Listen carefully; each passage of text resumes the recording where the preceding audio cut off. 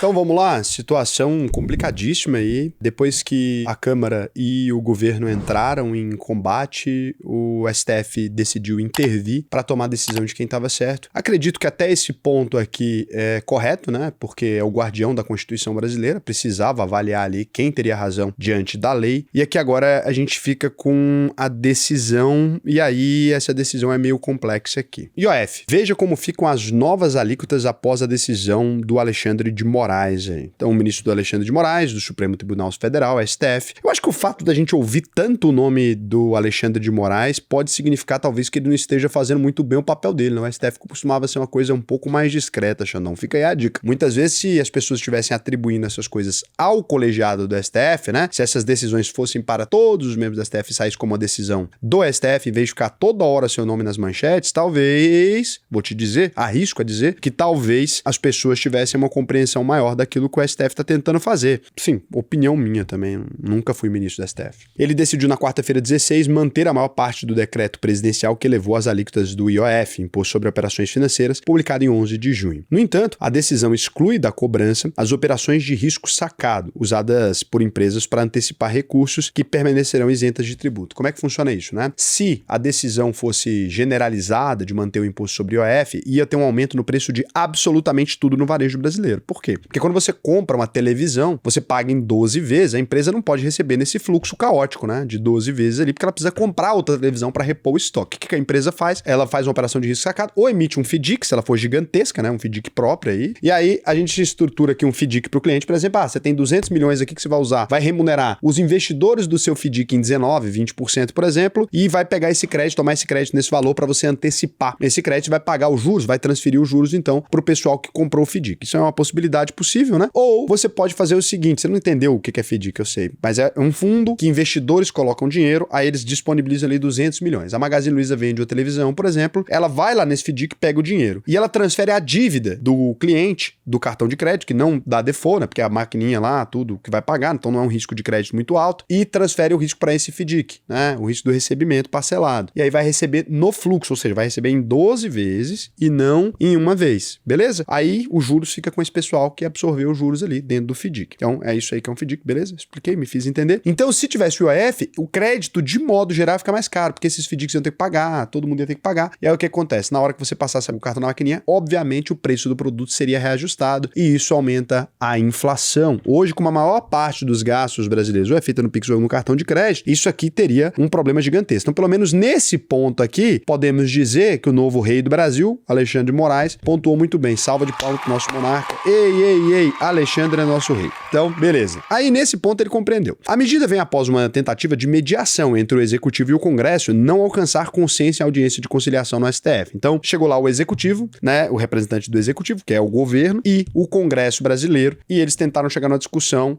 sobre quem estava certo. Se era a decisão de cortar e manter o IOF do jeito que estava, ou se era a decisão presidencial, que foi por decreto, não passou por voto da Câmara, de fazer isso desse jeito, de aumentar, né? A decisão de Moraes, segundo a Infomoney aí, restabelece parcialmente os efeitos do decreto do presidente Luiz Inácio Lula da Silva e anula parte do decreto legislativo do Congresso que havia sustado a medida. Então, uma parte foi mantida, essa daqui que eu expliquei, e a outra parte voltou a ser do mesmo jeito. Para as pessoas físicas, a principal mudança é a elevação de impostos sobre remessas internacionais e compra de moeda estrangeira. Ao comprar dólar ou euro em espécie ou via conta internacional, a alíquota passa para 3,5%, a mesma que chegou a vigorar brevemente até o decreto presidencial ser sustado pelo Congresso. Antes, era de 1,1% quando você ia fazer turismo. Então, se você ia viajar para outro país, se você ia fazer qualquer outra coisa, você tinha 1,1% de imposto e quando você ia fazer um investimento, você pagava 0,38%. Agora, então, toda vez que você for viajar, você for comprar uma moeda estrangeira, você vai pagar um imposto maior. Aqui a gente não está discutindo ainda o mérito se o Alexandre de Moraes pode ou não fazer isso, mas verdade é que esse imposto age muito mais sobre os mais favorecidos do que sobre os menos favorecidos. Eu, por exemplo, né? E aqui sou liberal. Vou explicar, eu sou contra essa porra aqui de todo jeito. Mas, só esclarecendo aqui para que a gente não faça desinformação, né? Eu nunca vi pobre indo para Nova York, nunca vi pobre indo para as Bahamas, nunca vi pobre indo viajar e pagando coisa dolarizada. Então, de fato, quando a gente diz, né, que os cartões internacionais de crédito, débito e pré-paga, eles são utilizados mais pelos mais ricos, é uma verdade absoluta. Então, 3,38%, o imposto que vai agir mais sobre os mais abastados. Não sobre ricos, sobre a classe média brasileira. Eu fico feliz que isso aqui a esquerda caviar vai pagar. Então, se de um lado eu vou pagar mais imposto, eu fico feliz também que o Gregório do Vivier também vai pagar.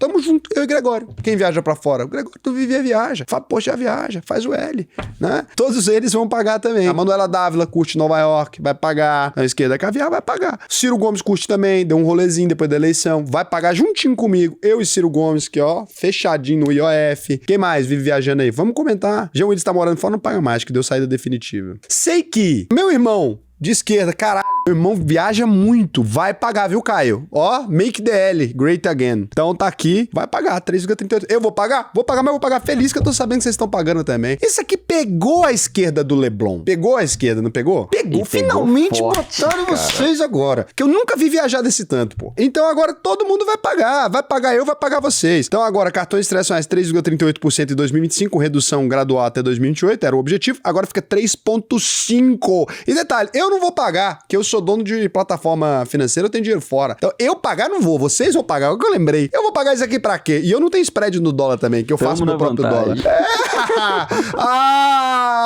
Vai pagar e eu não vou. Toma essa realidade na cara. Banqueiro não paga. É essa a facilidade da vida. Ai, que delícia. Remessa pra conta no exterior e gastos pessoais, 1,1%.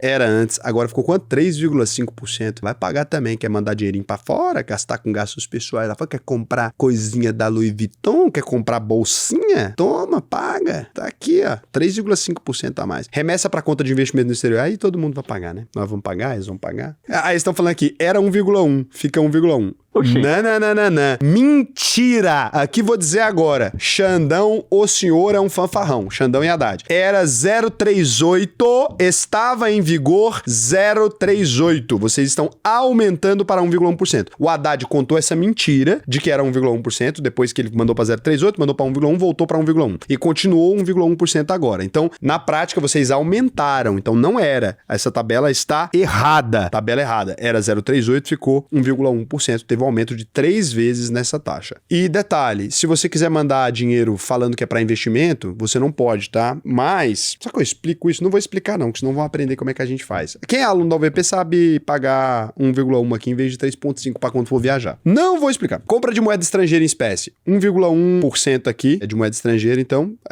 ficou 3,5%. Empréstimo de curto prazo, 1,1 ficou 3,5%. Transferência de fundos ao exterior, fundos brasileiros, isento. Isso aqui dá um benefício para ETFs em relação a investir diretamente, né? Dei uma referência aqui. Então, os ETFs todos ficaram agora mais vantajosos aqui. Vou até fazer um vídeo só sobre ETFs que ficam vantajosos partindo disso aqui. E vou subir mais os 2 ETFs aqui, porque agora vale a pena. Então, crédito para empresas, a alíquota fixa de 0,38 direta, né? Antes era de alíquota anual máxima de 1,88 ou de 0,88 para Simples Nacional, agora ficou aqui. E tem um aumento nisso aqui, com esse 0,8 por dia aqui, que é foda. Fundo de investimento de direito creditório, FDIC, era isento, ficou 0,38% na aquisição de cota primária. Operação de risco sacado continua isento. Aporte em VGBL e similares de 2026 isento e 5% sobre excedente de 600 mil. Meu Deus, cara. Colocou o imposto na Previdência. Aí é foda, que só pobre tem Previdência. Mas aí 300 mil também, né? É muito dinheiro na Previdência, é foda. Operações não especificadas 0,038, agora 3,5% na saída isento, na entrada para investimento direto. Então... Você pode pôr dinheiro no Brasil de graça, mas para tirar é mais caro. Isso impede um pouco também os gringos de fazer especulação aqui no Brasil, né? Deve diminuir o fluxo de dinheiro entrando aqui. Então, assim, aqui, cara, ficou ruim, né? Era meio ruim também, mas agora parece que piorou. O que eles estão querendo aqui é um controle maior do dinheiro que sai do Brasil. Deu pra ver, né? Pra segurar melhor o dólar. Deu pra ver isso aí. Uma tentativa de controle de fluxo de capital. Sabe quem faz isso? Comunismo. Então, um tipo de controle normal. Toda democracia faz isso aí. Comum, né? Parabéns à democracia. Agora, o mais estranho sobre isso é assim, eu acho que o Alexandre de Moraes ele tentou dar uma cutucadinha. Isso aqui foi a primeira decisão que o Alexandre de Moraes tentou fazer assim, falou assim, e se eu tomar uma decisão aqui? Primeira coisa, o governo federal não poderia usar isso aqui, porque isso aqui não era para ser um imposto mesmo de fato, né? Era para ser muito mais uma questão regulatória. Então ele não poderia fazer isso aqui, usar isso aqui como um imposto de arrecadação. Primeira coisa, constitucionalmente, isso aqui tá errado. O STF tomou decisão constitucionalmente incorreta incorreta quando você diz que, ok, o Lula teria que passar, se ele quiser criar um imposto arrecadatório, ele teria que passar na Câmara. Ele não criou um imposto arrecadatório. Isso aqui, ó, mesmo quem apoia a decisão do Xandão, etc., fica claro, né? Existem diferenças entre imposto de arrecadação e existe diferença entre imposto regulatório. IOF é um imposto de arrecadação? O Lula pode usar ele para arrecadar? O Lula pode subir o percentual de imposto? Sim, mas a própria justificativa do governo era uma justificativa arrecadatória, então ele não poderia ter feito isso dessa maneira. Isso diz que o nosso pessoal da Câmara estão certos, estão legal? Tudo vagabundo também, que não tem defesa pra isso. Agora, o Xandão tá extrapolando um pouquinho, talvez, as atribuições do STF. Eu não sou jurista. Você que é jurista, comenta aí. Eu não sei se ele poderia fazer isso, sinceramente, porque esse é um tributo que tem uma finalidade específica. Houve um desvio de finalidade pelo governo. Creio eu que o mais correto seria o Xandão ter dito ao Lula que ele precisava passar pela Câmara, independente de estar certo ou não o tributo, ou de acreditar ou não que tá certo. Eu acho que era isso que ele deveria ter dito. Não precisava valer a opinião da Câmara sobre ter sustado, mas podia falar assim, vamos resetar do jeito que tava e você tenta passar, porque esse imposto é regulatório. Você mexe em outro imposto que você pode mexer. Acho que era esse o ponto, mas fica aí, vocês comentam aí pra mim, porque eu realmente não tenho certeza dessa informação que eu estou proferindo aqui. Não sou advogado, não sou formado em direito constitucional, nunca fui ministro do STF, nunca fui deputado federal, nunca fui senador, nunca fui presidente da República. Presidente da República eu já fui, brincadeira. Eu nunca fui ministro da Fazenda, nunca fui presidente do Banco Central. Então, assim, tô falando aqui com base no que eu acho que é a atribuição de cada um dos poderes. Não sei se tarefa do STF decidir sobre aumentar imposto ou não. Isso aqui acabou que o Xandão tomou a decisão do jeito que ele achou que era certo. Então, eu não sei se isso fica correto e não sei se a Câmara e o Senado vão aceitar isso aqui também ou se vão acabar intervindo no Moraes agora. O STF entendeu o quê? Que ao incluir o risco sacado no escopo do decreto, o Executivo ultrapassou os limites da sua competência normativa e que permitiu ao Congresso sustar essa parte específica do texto presidencial. Então ele tentou dizer como se ele tivesse feito nem pra mim nem pra você, né? Mas eu não sei. E aí a decisão do Moraes tem validade imediata, mas ainda será submetida ao referendo de plenário do STF e pode sofrer ajustes, caso sejam apresentados novos argumentos relacionados ao impacto financeiro e operacional das medidas. Eu não acho que a discussão é essa. Acho que a discussão do STF deveria ser constitucional. O STF não tem que discutir impacto financeiro e operacional dessas medidas, gente. Ou tem?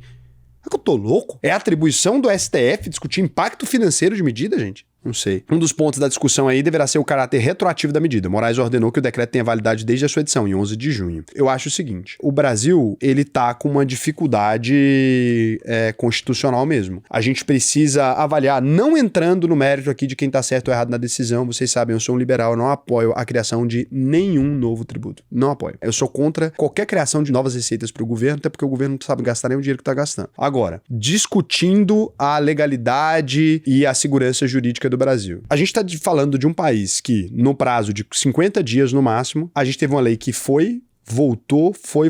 E agora voltou mais ou menos. Não existe país no planeta Terra que sobreviva a esse nível de insegurança jurídica, gente. Não existe. Porque é o seguinte, como que eu crio? Vamos supor a iniciativa privada aqui agora. Então a iniciativa privada estava procurando soluções para esse problema. Eu falo por conta própria. A gente estava aqui, caramba, cara, como é que a gente vai falar com os clientes e tal? A gente tem que fazer o comunicado para os clientes, tem que fazer uma live para todos os clientes, tem que organizar tudo. O cliente entendeu. No dia que o cliente entendeu que tinha aumentado, que a gente explicou, ofereceu os benefícios, né? Deu 20 dias pro cara enviar o dinheiro pra fora, fez todo um mecanismo ali, vem a Câmara e, acabou a lei. Daí a gente vai de novo. Poxa, gente, vamos explicar aqui pra todos os meus clientes, olha, essa lei não existe mais, tarará. Beleza, o cliente entendeu. Então agora não tem mais a utilidade de tudo aquilo que eu te expliquei, não serve mais pra nada. Aí vem o STF agora e diz, não, voltou a servir. Mais ou menos. Isso é inaceitável. Vocês, sinceramente, estão de molecagem, pô. Desculpa, não tenho o que dizer. A Câmara, o governo, o Congresso, o STF, vocês estão de molecagem. Isso aqui não é lei, isso aqui não é legislar, isso aqui não é coisa séria. Não é um país que dá pra se respeitar, um país dessa maneira. Vocês precisam definir o que é a atribuição de cada um dentro do processo constitucional pra decidir quem decide ou não nessa porra. Se for a monarquia do Xandão, tudo bem, mas é a monarquia do Xandão e vai lá e fala, ó, vai ser assim agora. E aí, pelo menos, o nosso monarca precisa ser declarado, dá-lhe a coroa, a gente faz a cerimônia e a gente começa a ter estabilidade. Ah, não, é o governo aqui que vai decidir esse tipo de coisa. É o executivo, a gente vai lá, dá, ele fala, ó, Lula, ladrão, roubou meu coração e vamos seguir esse baile. Ah, não, agora quem decide é a Câmara. Sempre gostei do Hugo Mota. Amigo meu, desde a infância, a gente fala, beleza, então agora é o Hugo Mota. Se não, fica uma situação, cara, que a gente do lado de cá não estamos sendo tratados com o mínimo de respeito. Eu tô falando o mínimo mesmo. O mínimo que a gente precisa saber é o que a gente vai pagar. Eu acho que, assim, ninguém aqui tá discutindo, né? Ah, se o imposto é válido ou não, porque a gente tá numa categoria antes. A gente tá discutindo se vocês podem decidir decidir isso ou não. E de que maneira e quem pode. Porque a coisa mais difícil que você tem, e eu já trabalhei muito em empresa assim, é você não saber quem manda em você. Eu preciso, pelo menos, dessa clareza na minha vida. Tem empresa que o chefe te manda uma coisa, o dono da empresa te manda outra, o orelha pedreiro te manda outra, e aí você fica como? Aí você fica de palhaço. Estão fazendo a gente de palhaço. Não que a gente não seja, mas, pelo amor de Deus, né? Se eu sou palhaço, pelo menos me paga. Não tem condição isso aqui, não. E não adianta vir me perseguir, não. Que eu tô falando que todo mundo quer falar aí. Não adianta vocês ficar bravo comigo, não, porque isso aí é uma palhaçada mesmo. E se você quiser aprender a investir, é escapar de um tributo ou outro, alvp.com.br, clique no botão Faça Funcionário de Perfil, já vai ter live lá, tudo certinho, a gente já vai te ajudar a fugir desses problemas, independente do que eles façam, a gente é mais rápido, vou dizer isso pra vocês já. Já teve live hoje, todos os consultores aqui já estão sabendo o que fazer, todo o pessoal que vai dar aula pra vocês segunda-feira já tá sabendo o que fazer, não nos pegaram, tá? Entra aí, alvp.com.br, preenche o questionário, porque estão tentando nos pegar de calça curta, mas não estão conseguindo, os clientes da AlvP continuam muito bem atendidos, preenche o questionário que eu vou te ensinar a investir no Brasil e principalmente fora dele, viu, Xandão? Principalmente fora dele, porque não tá dando pra mim, meu amor. Então tá complicado. Então pode preencher o questionário que eu te ajudo a fugir desses problemas. Preenche aí. E agora vou verificar aqui se vocês deixaram alguma pergunta. O Fabinho Hoax disse: é engraçado ver colocarem a culpa no Bozó. Se ele tivesse na presidência, não estaríamos discutindo esses problemas graves. Ô, Fabinho, ninguém colocou a culpa no Bolsonaro, não. Acho que o Bolsonaro tá sendo usado, inclusive, pelo Donald Trump. Você acha que o Donald Trump se importa com o Bolsonaro, gente? Pelo amor de Deus. Ele não deixou nem o filho do Bolsonaro entrar na posse dele. Vocês acreditam em cada besteira? O Donald Trump, como um grande estadista, que é, simplesmente tá usando o Bolsonaro pra poder criar uma treta, articular uma coisa, fazer uma pressão. Wilson Santos Luz: com o fim da taxação de compras internacionais, me veio uma pergunta. Quando compramos no AliExpress, por exemplo, na transação bancária, o banco compra dólares e transfere para a China? Se sim, isso aumenta o valor do real? A diminuição das compras internacionais afeta o câmbio? Não. Diminui o real. Pelo contrário, né? Você está dando saída do nosso dinheiro para outra moeda. Toda vez que a gente converte reais em outra moeda, você deu saída. O Rodrigo Natividade: onde está escrito que os liberais defenderam taxas? Cara, tá todo liberal do país aí, os liberais lambibola do Trump defendendo taxa. Eu, inclusive, falei que não defendo, e aí tá aparecendo vários aí me criticando. A MR1973: o Bitcoin foi criado para ser uma moeda descentralizada. É verdade. Isso vai acontecer um dia? Pode ser que sim, mas a longo prazo aquela euforia de se tornar rico com Bitcoin, a meu ver, não vai acontecer. Vai acontecer. Eu acho que vai. Ou um modo de fazer pouco dinheiro comprando na baixa e vendendo alta. Cara, eu acho que vai acontecer sim, ficar rico com Bitcoin, porque se virar a moeda do mundo, acontece. Marcos Paulo: seus vídeos são muito bons, sempre boas análises. Parabéns. Posso te sugerir um vídeo? Pode. Se sim, faz um vídeo comparando a tributação aplicada sobre os ganhos de um trabalhador CLT, tributação dos ganhos de uma empresa em geral, tributação sobre os ganhos de salário e verba indenizatória dos membros executivo, legislativo e judiciário. Tá querendo me arrumar problema.